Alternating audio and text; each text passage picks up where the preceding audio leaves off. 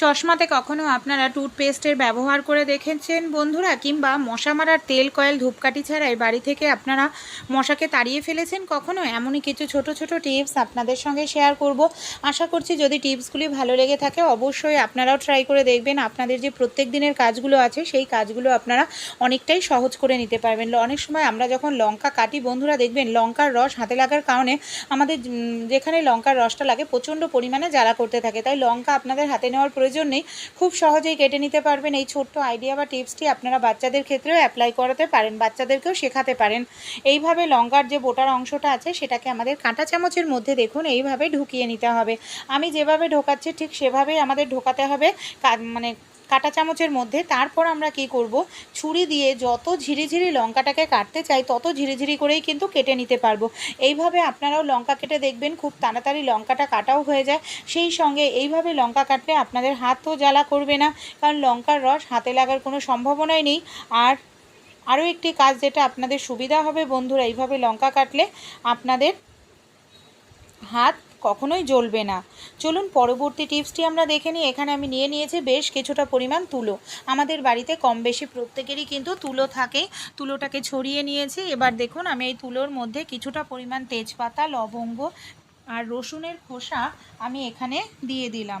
এবার এটাকে আমি সলতে মতো করে এইভাবে নিয়ে নিচ্ছি পাকিয়ে।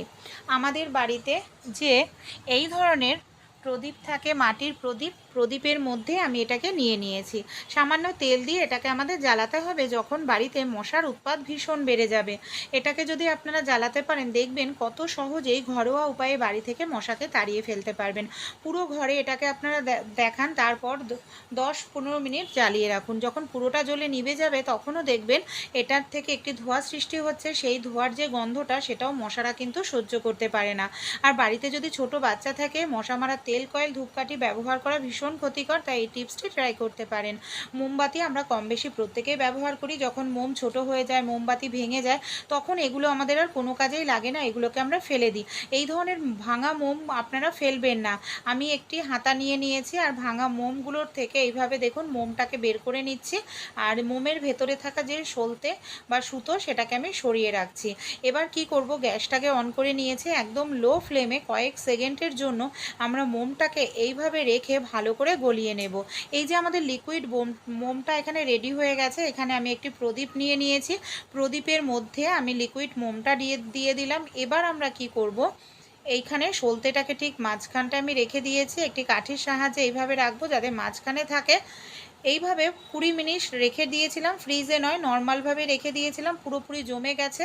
এবার এটাকে আমরা প্রদীপ হিসাবে ব্যবহার করতে পারি, নষ্টও হলো না জিনিসটা, আবার ইউজ করতে পারলাম। আমাদের বাড়িতে এই ধরনের যে থালা বাসনগুলো থাকে, স্টিলের থালা বাসন কখনো কাঁটা চামচের সাহায্যে পরিষ্কার করেছেন? কিভাবে কাঁটা চামচের সাহায্যে পরিষ্কার করব চলুন দেখে নিই। আমাদের বাড়িতে এই ধরনের ডিজাইনযুক্ত অনেক কিন্তু স্টিলের বাসন থালা থাকেই বন্ধুরা। অনেক সময় কি হয়, ডিজাইনের ভেতরে ভেতরে নোংরা জমে যায়, যেটা নর্মালভাবে স্কচব্রাইট দিয়ে যদি পরিষ্কার করা হয় সেটা কিন্তু পরিষ্কার হবে না। এই দেখুন ডিজাইনের ভেতরগুলো কালো হয়ে গেছে। তাই আমাদের বাড়িতে যে এই ধরনের কাঁটা চামচ থাকে, কাঁটা চামচ নিয়ে নিন। কাঁটা চামচ দিয়ে আপনারা যদি এইভাবে একটু ঘষে নিতে পারেন যে ভেতরে নোংরা জমে, সেই নোংরাগুলো দেখবেন খুব সহজেই কিন্তু আপনাদের পরিষ্কার হয়ে যাবে। যে জায়গায় কাঁটা চামচও ঢুকবে না সেখানে তাহলে কি করবেন, যেখানে আপনাদের কাঁটা চামচও ঢুকছে না দেখতে পাচ্ছেন সেখানে আপনারা নিয়ে নিন বন্ধুরা সেফটি পিন। সেফটি পিন দিয়ে এইভাবে যদি একটু ঘষে নিতে পারেন তাহলেও দেখবেন কত সহজে আপনাদের নোংরাটা উঠে পরিষ্কার হয়ে যাবে। ভালো লাগলে আইডিয়াটি অবশ্যই ট্রাই করে দেখবেন। বর্ষাকালে জামা কাপড় শুকানো খুবই কষ্টকর হয়ে পড়ে বন্ধুরা।